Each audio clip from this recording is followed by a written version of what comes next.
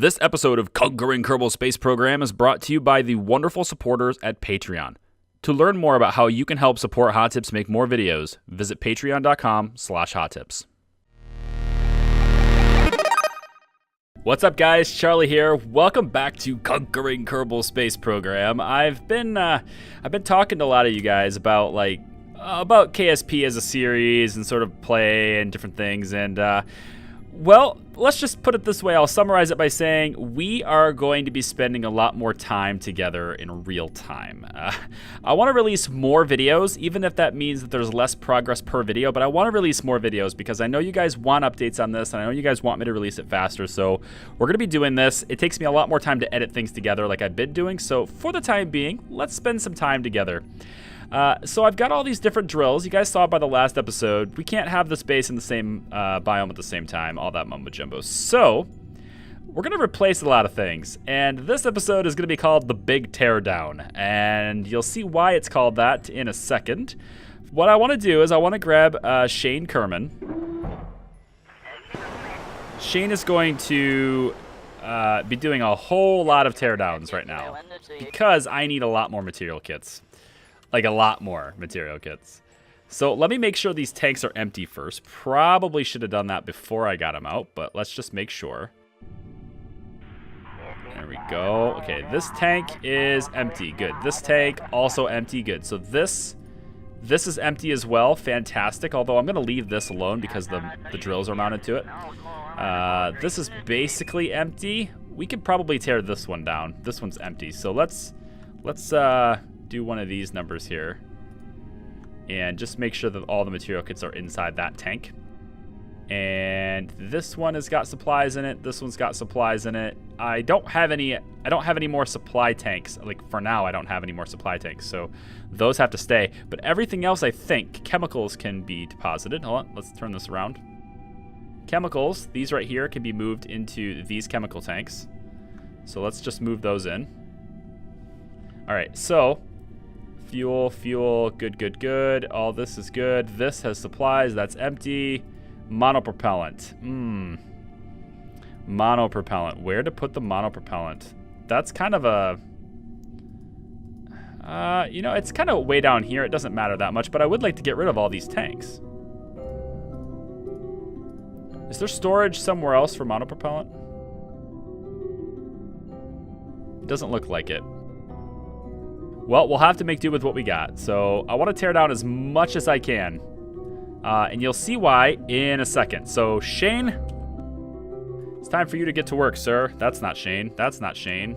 That's Shane. Hi, Shane.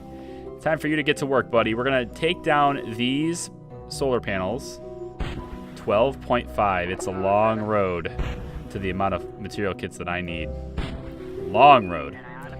Let's go ahead and disassemble this as well. Oh yeah, okay, good. Now let's just make your way over here now. We're gonna start tearing down these. These solar panels are mostly useless because they are facing the wrong direction anyway. Dump this, grab the reaction wheel, dump that as well. I forgot what's in this tank. I forgot what's in that tank. Let's go back. No, it's this way. Yep, let's go back and see what's in this tank. It is empty. It is empty. That's the material kits tank. Okay, good. So let's tear that one down. Get another 281 for that. Okay. Not going as fast as I'd like. Which one is this again? Is this a supply tank? Oh, whoops. I'm worried that this is the supply tank. I forgot. Yeah, it is, but it's already empty, so that's fine.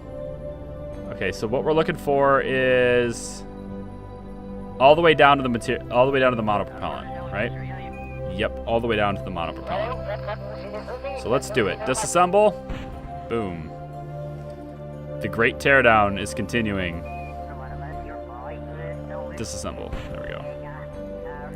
And what we're doing here is we're collecting material kits by disassembling all this stuff, obviously. But another thing that we're doing is we're also trimming down the part count. Don't worry, it'll go back up. You'll see. I think that's it, right? Yeah, I can't go any further because I don't have a place to put the monopropellant. I'd really like to tear down this other stuff, though. I don't have a place. I don't have a way of doing it, so never mind. All right, now what we're going to tear down is, I think... I can't do the resource load. I think if I disassemble it, it doesn't work. I think the only way to get this is to actually connect to it with a claw. That's what I've been told. So I might disassemble Mr. Push. I don't think I need Mr. Push right now. I don't think I need it anymore. If I need it later, I can always go get another one, but I don't think I need it now. So I'm going to disassemble Mr. Push. Because I need the parts really bad. Did you guys see the eclipse? Those of you in America, did you guys get a chance to see that eclipse? I got to see a partial eclipse. I was not able to see the full. I don't live in an area where I can see the full eclipse, so I was not lucky enough to see the full eclipse. But hopefully, those of you who did live in the area where you could see it, hopefully that was a cool thing for you. It doesn't happen very often. It's possible, depending on how old you are, that you may never get a chance to see another one again. That's how seldom it happens. He says as an obvious statement, depending on how old you are. Duh. Let's break down these. I mean, these are kind of cool because they're just free solar energy right here, and they're not really in the way of the plants. So I'm going to leave those alone, I guess. I really want to tear these down, but I don't think I should. Now, another thing I could tear down are these tanks, but there's supplies in them. Like, there's materials in them, and I don't really want to waste the stuff I've already managed to mine, but I would like to tear down some of this stuff. It's just not something I'm going to do right now. What about this thing? Can I get rid of these bottom plates here? No, because this is the child part thing. Yeah, this is the root part. So this is not the root part then, right? Nope, that's not the root part. What about this? That's weird. Oh, that's pretty strange. Okay, fair enough. Both of these are the root part? Oh, this is connected directly. You know what? That's fine. That's fine. Okay, how many material kits did I manage to get before? I think I'm going to need to figure out a way to get that resource load. I'm not sure how that works yet. I have not looked into it. Let's see how many material kits I managed to get, though. Hopefully it was quite a bit. Why does it say 8,000? Did I not get any? Wait a minute. Did I not get any? That's impossible. That's not possible. It says I have 12,000, but there's only 8,000 in here. 12,000 is not nearly enough, though. I need twice that many. So, yeah, we're going to have to ship another... We're going to have to ship another resource pack, another bundle of... Yeah, that. You know what I'm talking about. We're going to have to ship more material kits up. But I think it'll be worth it because I have a solution to our problem. I think it will be worth it. Let me go back and show you. I'll go back to the Space Center to show you what my solution is. All right, back at the VAB, and I got something to show you guys. So I've got two options. I either make two completely separate power stations to power two different bases, or I make one really awesome one that powers everything. And I decided on the latter. This is the ground-based power converter. Now, the wheels are going to eventually get disassembled. They are only there so that I can rotate it. So it orients the proper orientation. But this is the ground-based power converter. Let me walk you through it. We've got this ring tank at the bottom. It's going to hold liquid fuel and oxidizer. And we're going to have to fill it up with that, so it's going to be a while. But we have that big ore tank on the surface, and we can convert that stuff into fuel, which will be stored in here. So this giant converter, this is a material processing unit, 3.75 meter part. This giant thing is going to be responsible for converting a variety of resources. We're going to have it prioritize, well, prioritize the priority resources. I know that makes no sense, or it makes all sense. I don't know. Right now, this can convert 3 things at once because of its size. So we can have this converting liquid fuel and oxidizer and putting it in here. We're also going to have it converting metals, and we're going to have it converting polymers. So it's going to be converting the resources that we need aside from chemicals to get our material kits up and going, right? That's what it's going to be doing. So we got liquid fuel oxidizer in here. It's getting converted from this. There will be some ore tanks. Right now, there's a whole bunch of resource tanks around the outside, you can see, right? Whole bunch of resource tanks around the outside. Pretty much every resource we'll ever want except for carborundum, carbonite. There's no ore tank here because we have a big one already. And also, there's another one that's not here, and I don't remember what it is, but it's okay. We don't need it. Then we've got, this is also a mulch tank. I just realized I don't have anywhere to store mulch on the base, aside from like inside the little modules. And that's kind of a problem because we can use that mulch to make fertilizer later. So I've got a mulch tank here. In addition to that, we scroll over here, we've also got another chemical tank. Now the chemical tank, oops, that's not the right one. Why is this, ooh, froze right up on me. The chemical tank is going to replace a lot of this other stuff, right? We don't need this many chemicals. We've got a lot of chemical storage, so I could probably break down a lot of that other storage module. But the idea here is that I want this to be able to receive resources from anywhere. I want to be able to convert and push a whole bunch of resources into this and have it all convert. Because I can switch this to various different modes. Like right now, it's just doing liquid fuel oxidizer, metals, and polymers. But I can make this convert into almost anything I want.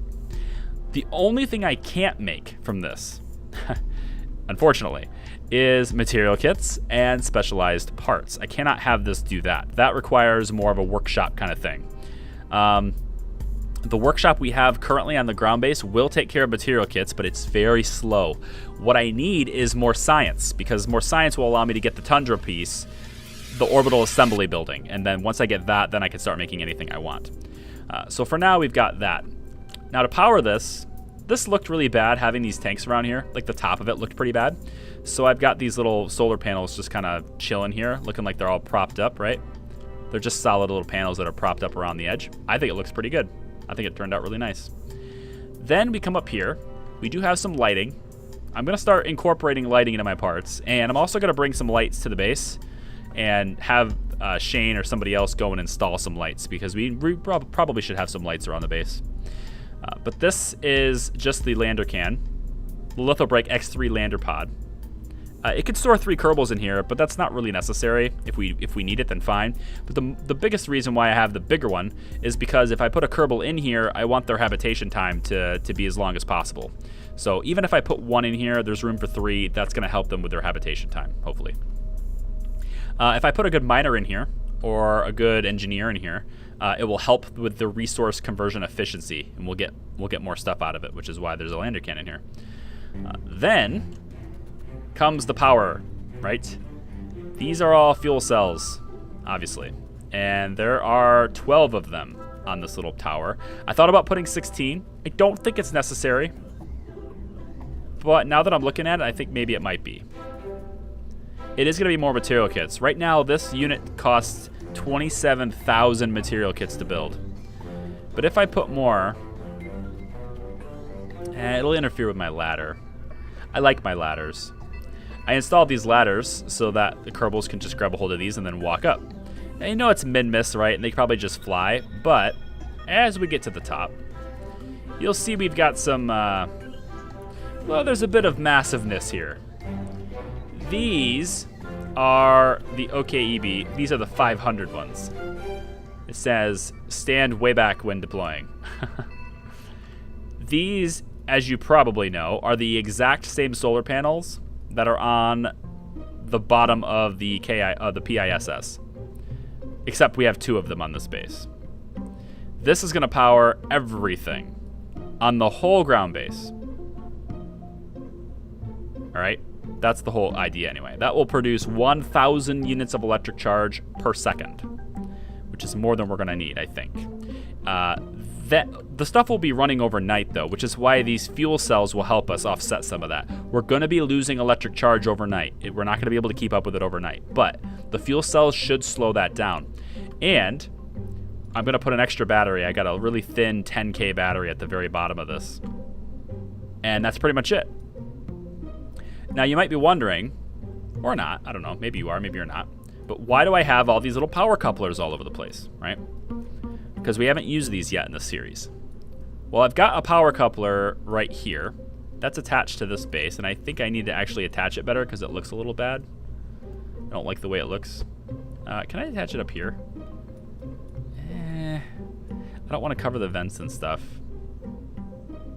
I'll leave it down here. It makes more sense to have it down low. This is where you would connect your, your extension cables and stuff, but I am going to kind of pull it in a little bit just to kind of make it look a little better. Yeah, that's probably better. But this is a power coupler. What this does is it kind of turns it into a power supply unit. Okay, so this whole base can provide power to, let me see if I can get this to come up in the search results here. Can I get it to come up? There. Whoops, there we go. So this is a power coupler. It's going to receive power from nearby power distribution units, okay?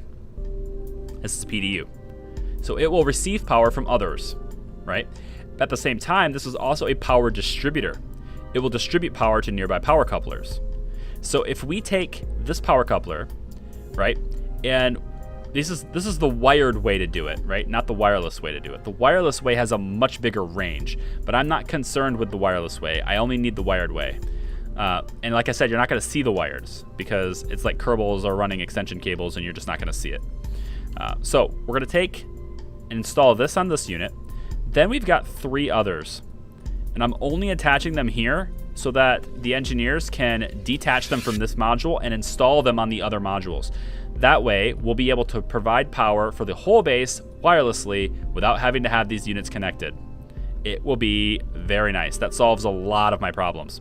Then we can use Planetary logistics to take the individual module storage, so the one that's getting material kits, the one that's getting metallic ore and the one that's getting ore and the one that's getting minerals and all that stuff.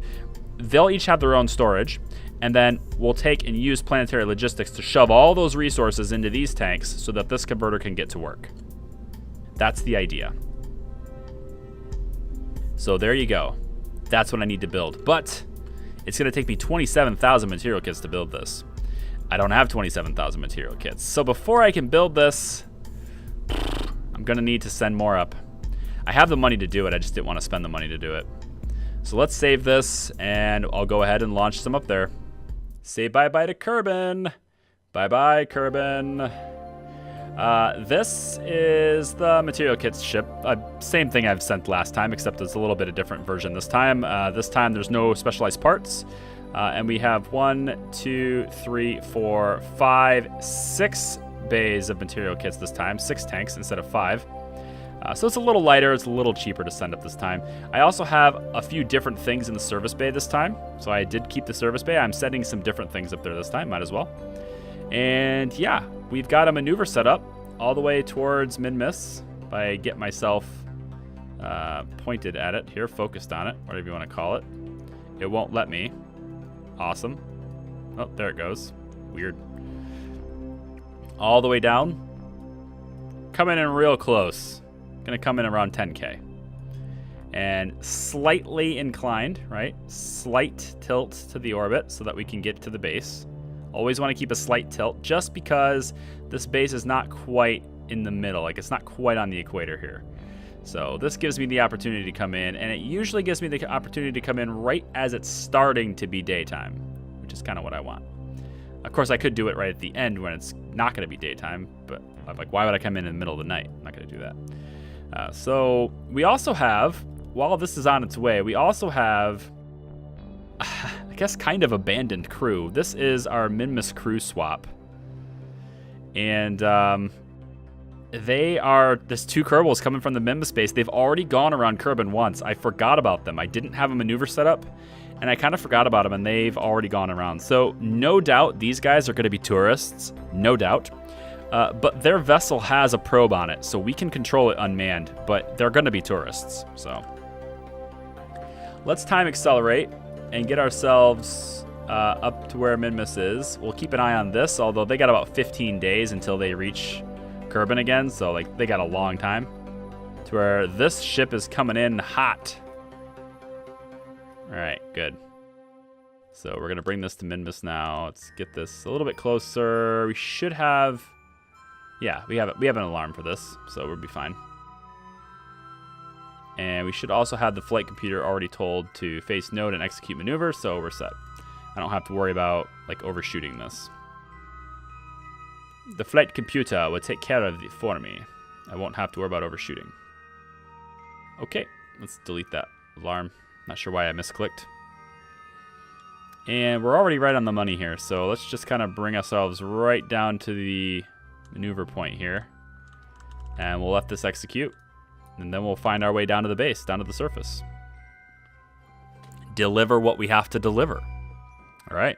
Apoapsis rests at 11,763. Pretty good. Yep.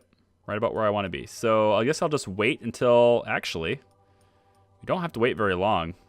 I think we could probably get it on the next pass if we want to. I think I do want to, actually. I don't really want to wait. The longer I wait, the longer the habitation and the life support and all that stuff just ticks away for these guys. I need to get that up and running. I need to get life support stuff up and running. I am learning so much about this stuff, guys. Like, this base experience of building it on Minmus is teaching me so much. Like, I'm going to be so much more efficient for the other bases because of all the mistakes we made here. And they're rather inexpensive mistakes compared to what it would be on, like, Duna. Like, we make these kind of mistakes on Duna, and it's kind of like, but like all these mistakes we made, like right here, it's like, oh, I need to send more material kits.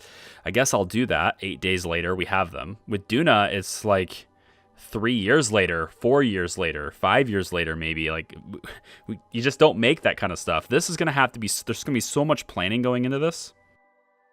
Not to mention Elu. Like, oh, I'm so dreading Elu. Like, it sounds like a great time. It sounds like really awesome, and I'm looking forward to going to Elu. You know, visiting Sarnus and all that stuff in this playthrough. But just the whole process of getting the base there is going to be a really pain in the butt. I'm starting to wish I had a bigger storage container for KIS. A bigger container would have been really nice. I really wish we would have had a bigger container. All right. Let's get this. Yep, we're coming in range. It's gonna flip out on us for a second. Frame rates. It's all killed. Everything's dying. Oh gosh, abandoned ship. Abandoned ship. Mayday, mayday, mayday. Nah, just kidding. This happens every single time you get within 2 kilometers of the base. This little freeze. And then we're right back into it. Nice gradual touchdown here. Take it easy. Coming down nice and easy.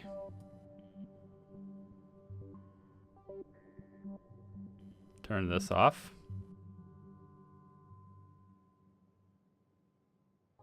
Don't need that anymore. There we go. Just keep her pointed up. Should be good to go. I don't really need to keep her pointed up, but in fact, I actually kind of want to lay her down. To be completely honest, I want to lay her down, so let's do that instead. We'll retract the solar panels. And we'll just kind of burn towards the base here a little bit. Just to kind of get ourselves a little bit of momentum. We want to move towards the base. I don't want to hit too hard, but I do want to move towards the base. Just a little bit, you know? Doesn't super matter. I do this all the time. It's Minmus. You can get away with like 3 meters per second. You know, I don't really want to go any faster than that, but it doesn't really matter. We're 200 meters away from this thing. 200 meters is what I need to be in order to get local logistics. So let me get... Is it 200 meters? Maybe it's 500 meters. I forget what it is. I thought it was 2K. But either way, we're going to get to where we're like within 200 meters here. And I think that's pretty good. You know what? That'll do. That will do. So now we'll switch to the base. That's the resource load. Oh, I should have got... I need to design something to get rid of this thing. I needed to get the resources out of that thing. Okay, so what I want to do now is set up the other power module and the converter module, and I think I'm going to put it right here. So I need another hammer and the mallet and all that stuff. So Shane, get out. And we're going to get you to grab... what's in your inventory right now? Oh, your inventory is like full of stuff. Yeah, I kind of neglected your falling there for a second. You're kind of full of stuff, man. I'm not sure... I can't really grab anything. Let's see what I'm doing here. Inventory. Yeah, this is all full. Like, I kind of wish I had more storage, because it's at this point I almost feel like I need to just sort of like drop stuff. Like if I just drop stuff, stick this in there. Okay. So now what I can do is equip the mallet, and then we're gonna come over here and put a mallet down on the ground. Whoop. And I'm thinking I want this power module to be like fairly out in the open. I don't really want it to be near a whole lot of things. But at the same time, I need it to be kind of... I need the ability to attach it, you know, to like multiple storage areas at once. So I'm thinking I might just put it right here. I think so. Let's just cancel the placement here really quick. I want to make sure I'm placing it right. All right, yeah. About like this is fine. So right here. Yeah.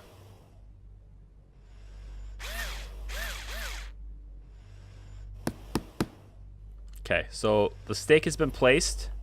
We'll be able to build that thing now if we want to. And I think we have enough material kits now, because that's what the delivery was for, right? So let's go ahead and grab this board.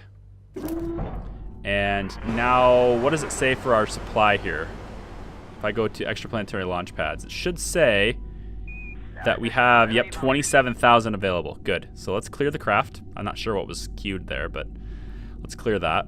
And what we want to build is the ground-based power converter right here. So we should have enough resources for this. Yep. It takes 27,000 to build it, and we have 27,882. So it's going to take all of our material kits to build this. Wow. However, it does give us all of the components that we need to do what we got to do. So I don't want this one. I want the other one. What's this one? That's the one I want to build on. Let me make sure I'm building it on the right one here. Let's just grab Shane again. We'll open up his inventory. Let's go grab this stake and make sure that it's not like in my way, because I think this is the wrong stake. I think it's gonna start building here, and I don't want it to. Okay. Whoops. Keep hitting escape when I want to get rid of the inventory. Okay, let's go back. Go back, Shane. Go back. This is working okay. It does a good job of getting rid of the heat too. So, like, I'm okay with this power unit. I'm gonna keep it around for a little bit until it proves to be redundant, which, you know, it might be.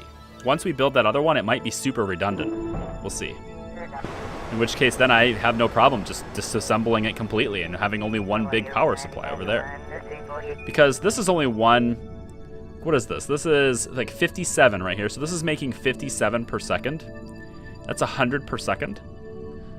And if we're not running any drills, then we're totally fine. Electric power is somewhere here. Here we go. 43,300 is what we have, and we're not using any. But when I run all the drills, we're losing about 200 per second. We're using 200 energy. So this is 100. The one we're building is 1,000. So I think this is going to be redundant, but I might keep it around a little bit only because of like the radiators. They might be useful. I'm not sure what I'll do with it. I mean, it's not really worth keeping it around just for radiators. I could just build some sort of, I could just build like a structural unit that has a bunch of radiators attached to it and just call it good. And I could use the material kits from this to do that. So there's a bunch of fuel in here, but this fuel can be transferred to the other thing when we're done with it. Speaking of which, let's do, where is it? Where'd it go? Oh, it's over here. I keep forgetting where it is. This. So this is USI Colony screen, if you've never seen it before. We can do local logistics. No other vessels or crew present. Interesting, because that right there, I thought would be close enough. Hold on. How is it not close enough? How are you not close enough? Are you... You know what? Let's turn you on. Let's turn this on. I'm not sure why I need to do this, but we'll do it anyway.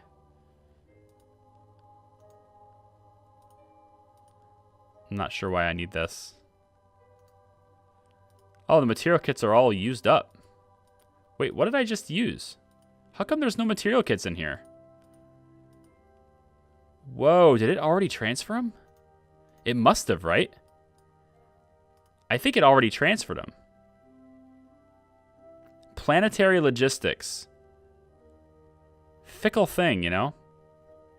The planetary logistics has 8. I think that's what happened. I'm really lost. I think I need to be within 50 meters to transfer this. So let me get even closer. So I think I need to be way closer. I'm not sure why this material kits is missing out of this. That's got me really worried. It did say we had enough to build it, though. Like it totally said we had enough to build it, so I'm going to trust it that we did. But there we go. So we have to be within 150 meters. That's what the number was. Okay. So now these things are popping in like I need. And what I want is to transfer all the resources from this to this. So let's do that. All the material kits should be out of this now. Yep, it's all transferred. And then what I want is also to get all the fuel out of this as well. So let's just pull all the resources out of this thing. Apparently I can't. That's an interesting problem. I have more than enough capacity, but it won't let me do it. Oh, it did. That's strange. So it's just misreading this then? Because it says that there's 301 left in here. It must be just misreading it.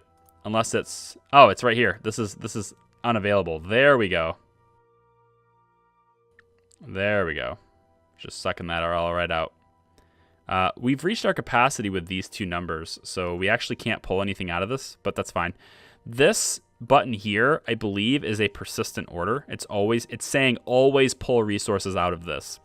And this is like a one-time thing, and this is like an always thing. So my plan is to have separate storage tanks for each of the resources we're mining, and then have a persistent order to pull resources out of those tanks and put them into the big tank where we're converting. So I don't have to do this one by one for all of them all the time. The thing would just be smart enough to always pull resources out of the little tanks. So these mining drills just need to be hooked up to little storage tanks, and then the big one gets the big tanks. This is the part I'm learning, right? I'm learning all this really interesting stuff that I've never done before with USI Logistics. So I actually have a little bit of fuel left, so I can actually use that up and move over here if I want to. A little bit closer. Maybe. 5 meters per second. That's ambitious. But I want to get closer so I can get the stuff that's in this service bay. I'll have to keep going back and forth. We're really limited in what we can store, so I'm going to use this as a storage facility for like temporary reasons. Good. Okay. Back to the base.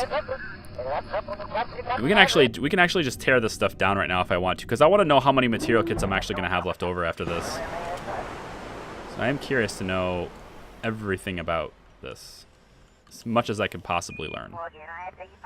So how about we take this out? We're going to get a bunch for this, because engines are always worth quite a bit. That's 1,000 right there. Pretty cool. This gives me 1,200. That tank was massive. Nice. All this stuff is empty, so we'll just pull this out. This disassemble all this stuff. There we go. We can take care of that. We don't need that anymore. We can pull... we can get rid of the commutitron up here. We can get rid of this antenna here. We can get rid of the... Well, I can't get rid of the probe because I think that's probably the root part. Makes sense. Yes, it is. Okay, so we'll just get rid of this. I'm not really concerned about the tiny miniature amount of oxidizer that's in there. But we're going to have storage for it, so we might as well leave it.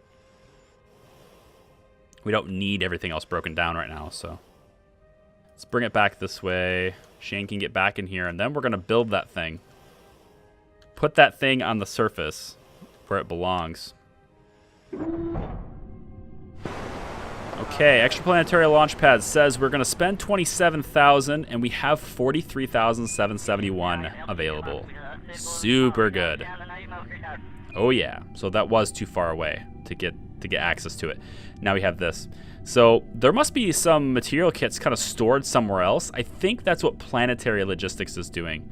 I think because I had this turned on as a warehouse for Planetary Warehouse for a little while, I think the planet itself, if I understand this correctly, and I might not, but it sounds to me like by reading this that the planet itself acts as a warehouse when we use Planetary Logistics, so that essentially other crafts that are around Minmus could use the materials that are stored in the planet. It's really bizarre. I'm not entirely sure how that works. Of course, this is a moon, but it works the same way at Planetary Logistics. All right, so everything is good here. We only have one survey stake, and that's that one. So that's the one we're going to be building it on. It's going to appear right there, which is perfect. So let's build. All right, 4,000 more to go. 2,000, 1,000. You see, we're starting to use power here. That's just because we're manufacturing things. We're not using it nearly fast enough to deplete it, though. It's because of the fuel cells, I think. No, I don't think it's because of the fuel cells. Otherwise, we would be losing liquid fuel and oxidizer, and we're not. So it's not because of the fuel cells. Okay, we can finalize the build. It's in the middle of the night, though. It doesn't really matter. We can finalize it. Let's do it.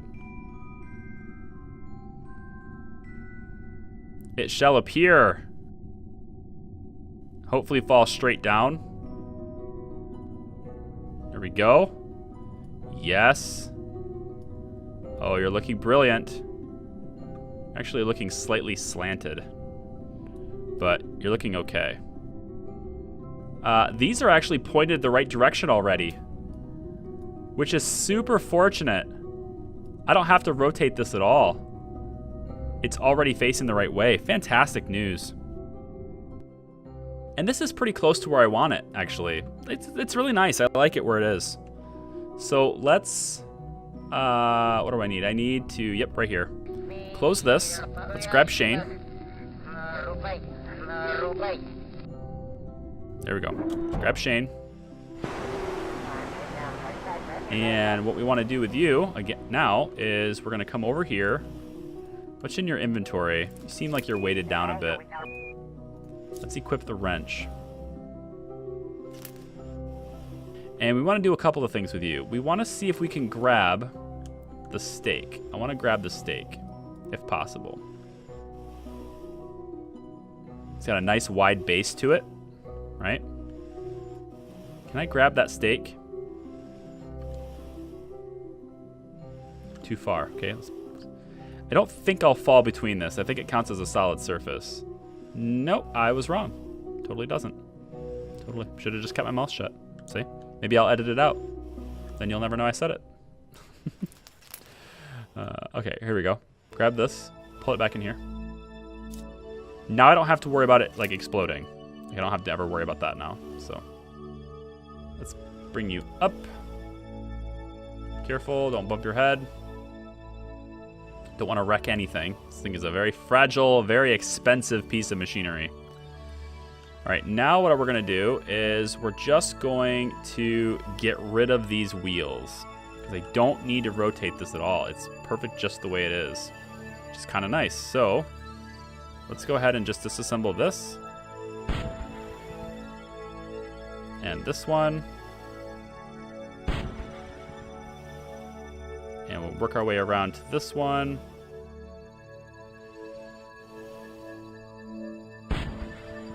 Why are you tipping? Bring yourself back down here. Don't you tip. Don't you fall. I gave you a nice wide base for a reason. There you go. Okay, so there's only one wheel left. Take care of that one now. And now it should sit flat on the ground, perfectly stable, unlike Shane. And it should be good to go now. And it should be facing the right direction. It looks like it is. It looks beautiful. It looks like it's facing exactly the way it's supposed to.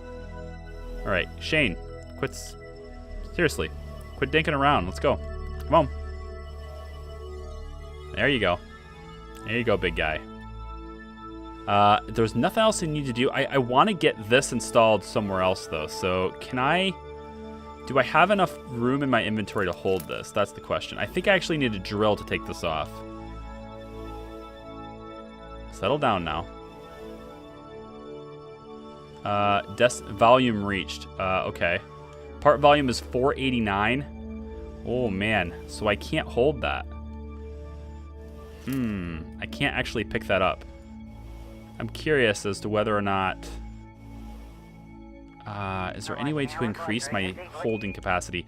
I might need to build another storage bin next to this and just transfer it to the other bin, maybe. I don't know. But I need to get these power couplers off. And what I want to do is install one of them over here, right? And then install another one. Hold on. There we go. Install another one over there. And then it'll be like, it's all like connected. Everything will just be connected, which is kind of nice. I think it'll be kind of nice. Okay. Let's get back in the base until it is daytime. For the night is long and full of terrors. It's just taking forever to get to daytime. Come on. I don't want to go like super fast with the time acceleration. All right, we got day. We got access to the sun now. At least we should. We don't, but like it's very close to getting access to the sun. So what I want to do... Come on now. Oh, give me access. You know what? It's so close. It's so close. Let's who do we want in there? I feel like Shane's been doing a lot of work, but as far as like the Kerbals who are here, I think he's still the best fit for this. John E can... Okay, he increases resource converter efficiency. Perfect. John. Nope, not that menu. John EVA. Let's get John out. He increases converter efficiency, which is fantastic for us, since that's exactly what this thing does. So let's get John. He will be in charge of our new power station. Here we go. Right up to the door, Johnny boy. Right up to the door. Grab it. There we go. Climb into your new base, your new home. It's Mark III. It's a 3-person command pod. You have it all to yourself. There you go. What's the habitation like in this vessel, I wonder? Whoa, is this thing moving? It can't be moving. No way. Okay, so yeah, these two, Doug McCormick and Alejandro, they're both, yeah, they're both 8 days out of electric charge. Really? They're really out of electric charge? I'm gonna have to go look at that. But habitation has expired, right? Their hab time has expired, so like they're gonna be tourists now. But we can control that with the probe, so it's not a big deal. John's is 107 days in here. Oh yes, his hab timer is longer than his home timer. Good. So we can flop people in back and forth between these vessels, which is kind of nice. And then if I extend this, which I have enough material kits to do, but I want to wait for that. If I get that habitation module out, we'll expand the home timer here as well. All right, I think we're ready. So I'm going to go ahead and extend the solar panels. I hope it's not gonna, it might actually be too close. No, because it's gonna be, it's taller than, you'll see it, you'll see it. Watch how glorious this is. Out they go. It takes a while to deploy these things, but when they deploy, they are glorious. Here they go. Super big. These are the same, each of these are the same thing that we have on the PISS. There's just 2 of them now. So this is double the power output of the station for the sun. And then during the night, we have the fuel cells. So, like, we're going to be set for power now. And this right here costs less than half of what my original design did. It's because the fuel tank is a lot lower. It's a lot smaller. The massive fuel tank I had in my previous design, combined with the ton of batteries that I was packing before, that's what made it so expensive. Like, I had like 50,000 charge possibilities and like 20,000 fuel capacity. It was stupid. I didn't need that much. So made the parts that didn't matter as much smaller. And then on top of that, was able to put these storage cans all inside it too, which was really nice. So now we can store a lot of stuff that way. Look at these things taking forever to rotate. It's so good. Look at this. This is good. All right, guys, that's going to do it for today's episode. Thanks for watching. If you like this video, give me a thumbs up. Subscribe if you want more. And we will continue with this base setup later. I'm Charlie. Thanks for watching. Bye-bye.